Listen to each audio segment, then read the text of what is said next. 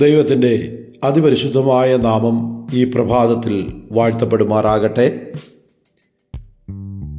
ഈ ലോക ജീവിതത്തിൽ ഒരു പ്രഭാതം കൂടി ദാനമായി നൽകിയ സർവശക്തനായ ദൈവത്തിന് സകലമാനവും മഹത്വവും അർപ്പിക്കും. ഇന്നത്തെ നമ്മുടെ ദൈവജന ചിന്തയ്ക്ക് ആധാരമായി യോഹന്നാന്റെ സുവിശേഷം 13-ാമത്തെ അധ്യായം അതിൻ്റെ 34-ാമത്തെ വാക്യം വായിക്കുന്നത്: നിങ്ങൾ തമ്മിൽ സ്നേഹിക്കണമെന്ന് പുതിയൊരു കൽപ്പന ഞാൻ നിങ്ങൾക്ക് തരും. ഞാൻ നിങ്ങളെ സ്നേഹിച്ചതുപോലെ നിങ്ങളും തമ്മിൽ സ്നേഹിക്കണം എന്നത് തന്നെ. കർത്താവായ യേശു ക്രിസ്തു തിരുവായി മൊഴിഞ്ഞ അനുഗ്രഹീതമായ ഒരു വാക്യമാണ് യോഹന്നാൻ 13:34. ഞാൻ നിങ്ങളെ സ്നേഹിച്ചതുപോലെ നിങ്ങളും തമ്മിൽ സ്നേഹിക്കണം. കർത്താവ് നമ്മളെ സ്നേഹിച്ചത് എങ്ങനെയാണ്? സ്വന്തം പ്രാണൻ യാഗമായി നൽകിക്കൊണ്ടാണ് കർത്താവ് നമ്മെ സ്നേഹിച്ചത്.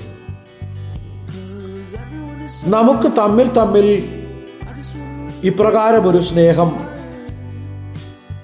ഉണ്ടാകാൻ സാധ്യതയുണ്ടോ? വാത്സല്യ ദൈവമക്കളെ, ഇന്നത്തെ ഒട്ടുമിക്ക പ്രശ്നങ്ങളുടെയും മൂലകാരണം പരിശോധിച്ചാൽ സ്നേഹമില്ലായ്മ കൊണ്ടുണ്ടാകുന്നതാണ്. തമ്മിൽ ഒന്ന് സ്നേഹിക്കാൻ നാം തയ്യാറായാൽ തീരാവുന്ന പ്രശ്നങ്ങളെ നമ്മുടെ മുൻപിലുള്ളൂ. പലപ്പോഴും തമ്മിൽ സ്നേഹിക്കുവാൻ നമ്മുടെ ഈഗോ സമ്മതിക്കുന്നില്ല എന്നുള്ളതാണ്. ഞാൻ എങ്ങനെയാണ് അവരെ സ്നേഹിക്കുന്നത്? അവരല്ലേ എന്നെ സ്നേഹിക്കേണ്ടത്, അവരല്ലേ എന്നോട് സംസാരിക്കേണ്ടത്, അവരല്ലേ എന്നോട് ഇടപെടേണ്ടത്. ഞാൻ അങ്ങോട്ട് കയറി ചെന്ന് സ്നേഹിച്ചാൽ അത് കുറച്ചിലായി പോകത്തില്ലേ? ഞാൻ അങ്ങോട്ട് ചെന്ന് സംസാരിച്ചാൽ അതെനിക്ക് ഷെയിമായി പോകത്തില്ലേ? ഇല്ല.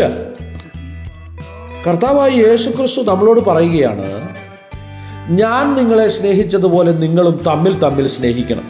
വാത്സല്യ ദൈവകുഞ്ഞേ, നമ്മെ ആരും സ്നേഹിക്കാനില്ല എന്ന പരാതിയല്ലേ കഴിഞ്ഞ നാളുകളിൽ നമ്മൾ ഉയർത്തിയത്? എന്നെ ആരും കരുതുന്നില്ല എന്നുള്ള പരിഭവമല്ലേ കഴിഞ്ഞ നാളുകളിൽ നമ്മൾ പറഞ്ഞത്?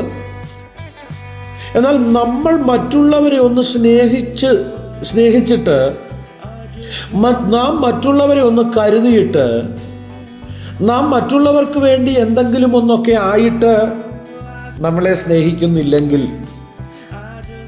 നമ്മൾ പറയുന്നതിൽ അർത്ഥമുണ്ട്. നമ്മളത് ചെയ്യാതെ എന്നെ എല്ലാവരും സ്നേഹിക്കണം, എന്നെ എല്ലാവരും കരുതണം, എനിക്ക് വേണ്ടി എല്ലാവരും നിൽക്കണം എന്ന് പറയുന്നത് ഒരു സ്വാർത്ഥതയല്ലേ? അത് കുടുംബജീവിതത്തിലാണെങ്കിലും സഭാജീവിതത്തിലാണെങ്കിലും സാമൂഹ്യ ജീവിതത്തിലാണെങ്കിലും ഇത് അപ്ലിക്കബിൾ ആണ്. ഞാൻ നിങ്ങളെ സ്നേഹിച്ചതുപോലെ നിങ്ങളും തമ്മിൽ സ്നേഹിക്കണം എന്നുള്ളത്. സഭയിലുള്ളവ ചിലർ എന്നോട് മിണ്ടുന്നില്ല എന്നൊരു പരാതി നിനക്കുണ്ടെങ്കിൽ കുഞ്ഞെ, നീ അവരോട് മിണ്ടുന്നുണ്ടോ? നിന്റെ അയൽവക്കക്കാർ നിന്നോട് സംസാരിക്കുന്നില്ല എന്നൊരു പരാതി നിനക്കുണ്ടെങ്കിൽ എൻ്റെ ചോദ്യം, നീ അവരോട് സംസാരിക്കുന്നുണ്ടോ? ഇവിടെയാണ് നമുക്ക് മനഃപൂർവ്വമായി തെറ്റുപറ്റുന്നത്. ആയതിനാൽ യേശു കർത്താവ് പറഞ്ഞതുപോലെ നമ്മൾ ആദ്യം അവരെ ഒന്ന് സ്നേഹിക്കുവാൻ തയ്യാറായാൽ, നമ്മൾ അവരെ ഒന്ന് കരുതുവാൻ തയ്യാറായാൽ, നമ്മൾ അവർക്ക് വേണ്ടി അല്പസമയം വേർതിരിക്കാൻ നാം തയ്യാറായാൽ നിശ്ചയമായും അവരുടെ ചിന്താഗതികൾക്ക് മാറ്റമുണ്ടാകുവാനിടയായിത്തീരും. ആയതിനാൽ ഞാൻ ഇന്ന് പ്രഭാതത്തിൽ നിങ്ങളെ പ്രബോധിപ്പിക്കുവാൻ ആഗ്രഹിക്കുന്നത്, നമ്മളെ ആരും സ്നേഹിക്കുന്നില്ല എന്ന് പറഞ്ഞ് നാം നമ്മിൽ തന്നെ ഒതുങ്ങിക്കൂടാനോ നിരാശയുടെ പടുകുഴിയിലേക്ക് ആണ്ടുപോകാനോ ഒന്നുമല്ല ദൈവം നമ്മളെക്കുറിച്ച് ആഗ്രഹിക്കുന്നത്. ദൈവം ആഗ്രഹിക്കുന്നത് നാം എപ്പോഴും അനുഗ്രഹിക്കപ്പെട്ടവരായി തീരണമെന്നാണ്. നാം അനുഗ്രഹിക്കപ്പെടുന്നവരാകണമെങ്കിൽ ആത്മീയ, ഭൗതിക, ശാരീരിക മണ്ഡലങ്ങളിൽ നാം അനുഗ്രഹിക്കപ്പെട്ടവരാണെങ്കിൽ പരസ്പരം സ്നേഹിക്കുവാൻ, പരസ്പരം കരുതുവാൻ, പരസ്പരം ബഹുമാനിക്കുവാൻ നമുക്ക് കഴിയണം. അതാണ് ദൈവം നമ്മളെക്കുറിച്ച് ആഗ്രഹിക്കുന്നത്. ആയതിനാൽ ഈ പ്രഭാതത്തിൽ ഞാൻ നിങ്ങളെ പ്രബോധിപ്പിക്കുന്നത് അന്യോന്യം സ്നേഹിക്കുകയും അന്യോന്യം കരുതുകയും അന്യോന്യം ക്ഷമിക്കുകയും സഹിക്കുകയും ഒക്കെ ചെയ്യാൻ നമ്മൾ തയ്യാറാകുക. കാരണം ഇത് യേശു കർത്താവ് നമ്മളോട് കൽപ്പിച്ചിരിക്കുകയാണ്. ഞാൻ നിങ്ങളെ സ്നേഹിച്ചതുപോലെ നിങ്ങളും തമ്മിൽ സ്നേഹിക്കണമെന്നുള്ളത്. വാത്സല്യ ദൈവകുഞ്ഞെ, നമ്മുടെ ജീവിതത്തിൽ കർത്താവ് പറഞ്ഞ ഈ കൽപ്പന കൂടി നമ്മൾ അനുസരിക്കാൻ തയ്യാറായാൽ അനേകർ നമ്മളെ സ്നേഹിക്കുവാൻ തയ്യാറാകും, അനേകർ നമ്മളെ കരുതുവാൻ തയ്യാറാകും. ചിലപ്പോൾ നാം സ്നേഹിച്ചവർ നമ്മെ സ്നേഹിച്ചില്ലെന്ന് വരാം, ചിലപ്പോൾ നാം കരുതിയവർ നമ്മെ കരുതിയില്ലെന്ന് വരാം, നാം നന്മ ചെയ്ത പലരും നമുക്ക് നന്മ ചെയ്തില്ലെന്ന് വരാം. പക്ഷേ ഇതെല്ലാം മറ്റുള്ളവരിൽ നിന്ന് ചിലപ്പോൾ നമുക്ക് ലഭിച്ചു എന്നും വരാം. കാരണം അതാണ് ദൈവത്തിൻ്റെ പ്രവൃത്തി.